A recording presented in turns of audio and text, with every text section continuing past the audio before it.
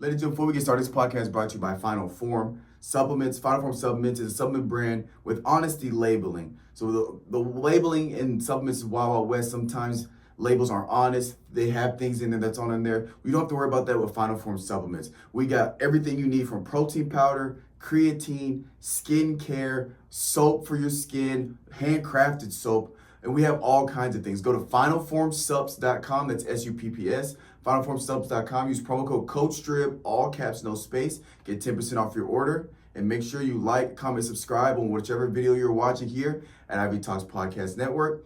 And enjoy the show. Ladies and gentlemen, welcome to another episode of the WNBA coverage. If you're a first-time watcher or listener, go ahead and subscribe here, whether you're watching or listening to this, to Ivy Talks Podcast Network. If you're not new, welcome back. And we kind of have a lot going on, even though not much is going on in the WNBA. So I'm not going to go over standings for the East and West. They haven't changed because we are in the middle of the Olympics. So if you guys want to know what the standings are, check out the previous episode, I believe episode 7. This is episode 8, if I remember correctly. But we're just going to get straight into the Olympic play. So we've had 2 games since last week. We had 1 exhibition game, and yesterday, that was today. Earlier today, we had the first preliminary game for the women's USA national team. So we are going to cover the Olympics, and also stay tuned because I plan on covering the Olympics for the men's team as well. So USA versus Germany, the exhibition game, the USA won 84-75. Top performers, we had Aja Wilson at 19 points, 14 rebounds, 2 steals, 2 blocks on 54% shooting. Obviously, just how she has been in the W, she is dominating in the Olympic play as well. And another top performer, Breanna Stewart, 15 points, 6 rebounds, 5 assists. So there's no surprise there. You have your arguably the top two of the top 5 players in the WNBA right now playing absolutely phenomenal ball. And they are they're basically stretch fours. So it's interesting to see how, 2 ladies are absolutely just dominating their field, and they seem like they're just getting whatever they want whenever they want. But today we had USA versus Japan in the preliminary round of the Olympics. We have officially started Olympic play. This is not an exhibition game. This is an official Olympic play game, and it's pretty much the same old with absolute domination from our USA women's national team. We had 8 top performers. We had Aja Wilson, 24 points, 13 rebounds, 4 assists, 4 blocks on 63% from the field. Breanna Stewart, again, same old, absolute monsters. 22 points, 8 rebounds, 3 assists, 3 blocks. And Chelsea Gray, she only had 2 points, but she got 2 steals with 13 assists. Absolutely just facilitating the floor, good vision, great passing, getting the ball to the players with the good looks. Chelsea Gray with 13 assists. Now, the USA team assisted 35 of 41 of the field goals from that game. So on 85% of the points scored were through assisted. So as you can see, the chemistry is just there with this team. Obviously, we have nothing but all-stars and the best of the best that our women's team has to offer.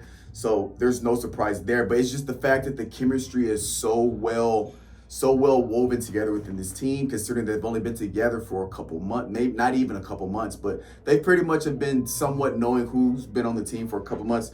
So it's just exciting to see how the chemistry is almost instantaneous. Unlike what we saw with our men's USA team, that you could tell the chemistry was a bit off, but they still had some time to get there. This women's team, it seemed like their chemistry was instantaneous from the first time we saw them play together on TV. Now, I have a handful of shout-outs real quick, and some of these shout-outs are tying into the WNBA's regular season, not so much the Olympic play, but these are just shout-outs that I keep track as I go on throughout the week, because sometimes I'll write down in my notes a shout-out from a specific day. So some of these are before the official Olympic play started, but shout-outs. Shout out 1 to the WNBA. We actually have shout-outs for the WNBA, right, as the organization as a whole. Of the All-Star Game viewerships. We talked about the All-Star Game where the All-Stars beat the USA national team, but the All-Star Game viewership was up 305% with 3.44 million viewers. the third most watched game since the first two nationally televised games back in 1997, and it's the highest watched All-Star game in history. The previous record was 1.4 million that was set in 2003. So we're seeing exponential growth in the W, which is absolutely fantastic. I love to see it, and I hope that they continue to grow at an exponential rate so they can get, the money, the contracts that these ladies deserve, but they have to obviously grow where they're able to do that. So I love it. Love to see it. 305% for the previous record, most watched All-Star game in history. Shout out to them. Also, another WNBA shout out. They secured a contract with Disney, Amazon Prime, and NBC for $200 million annually for the next 11 years with those organizations. So getting the licensing deals set in, and that's what's really going to start to kind of catapult them into the future. Because one of the problems that I had when I was trying to really get back in 2021, when I was trying to get into the WNBA, is it was hard to watch the nationally televised games. They were at very inconvenient times, like 2 o'clock in the afternoon, like times when you're at work, and it was just hard to watch because they're competing with they're competing with NBA some of the time. They're competing with baseball. They're competing with other major sports for TV time. So it was tough to watch, even though you're wanting to get into it. So you either had to go with the WNBA League Pass, or you had to find other ways to watch these games. But now they're going to have them easily available on Disney, which a lot of people have Disney Plus. A lot of people have Amazon Prime. I have both of those, as well as NBC. It's going to be better. It's going to be easier and more convenient to watch these games. It's going to increase their viewership, which in turn will increase their ad revenue share, which will increase increase the overall eyeballs and the growth of the fans of the organization as a whole. So shout out WNBA for that. Next, again, WNBA, another shout out. Jersey sales are up 500% from last year. Again, more growth because they're producing and generating revenue. That's what they're going to need to continue to grow is revenue. So their jersey sales are up 500%. Top 5 jersey sales in order. Number 1, no surprise, Caitlin Clark. She has been a catalyst in bringing eyes from the hype she had in college with Iowa and the rivalry between Iowa and LSU. The rivalry between her and Angel Reese has kind of bleeded its way into the WNBA. Whether people want to admit it or not, she has contributed to more fans being brought in, more viewers as well. She's not the only one that's contributing, but you cannot disagree that she has brought in her fans from college into the WNBA, as well as other players, but you can't deny that she is a factor in the growth of the WNBA.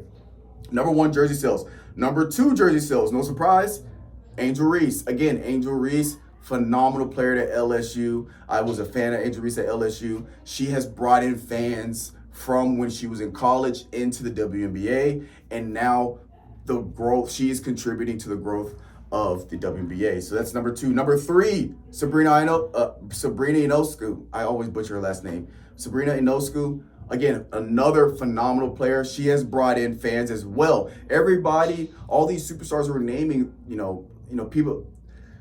Let me backtrack. So, people talk about how Caitlin Clark is the reason for this. Caitlin Clark is the reason for that.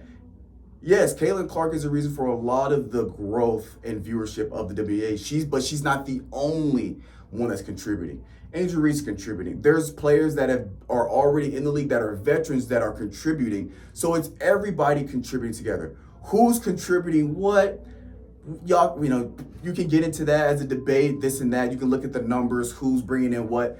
At the end of the day, everybody is bringing in viewerships. Everybody is selling jerseys. Everybody is doing this and that to help with the growth of the WNBA. The WNBA was growing before Caitlin Clark got in there, and they're going to continue to grow now that she's in there. Is she going to help it grow at a higher, faster rate? Probably. The numbers would say so. But the WNBA is growing, and it is a organizational effort.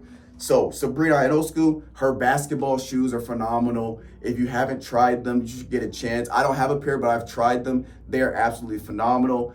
She is bringing in viewership. So, I'm pretty much just using this to say that the superstars of the WNBA are being marketed the way they should, and the WNBA needs to continue to market all of them, not just one, not just two. They do need to keep marketing the rivalry between Angel Reese and Caitlin Clark, but they're marketing AJ Wilson, they're marketing Sabrina, they're marketing Kelsey Plum. You see them in commercials now, the State Farm commercials, etc., etc. So I just saying I love to see it. Sabrina Ionescu, number 3 jersey. Number 4, surprisingly, is Kate Martin, who's a role player for the Las Vegas Aces, but she is number 4. And number 5, no surprise, I have a jersey. You guys should go to my YouTube channel, Uncle Strib, and I actually have a YouTube channel. I might put the link in the description on YouTube. I don't know if I can for Spotify. But I got an AJ Wilson jersey and a Kelsey Plum jersey. I am going to increase I have a jersey collection. I love jerseys.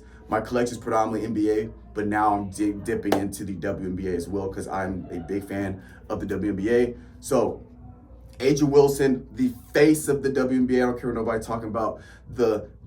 She's going to be the 3-time MVP at the end of this season. She is an absolute certified, bona fide all-star, superstar, absolute beast monster, AJ Wilson with number 5 jersey sales.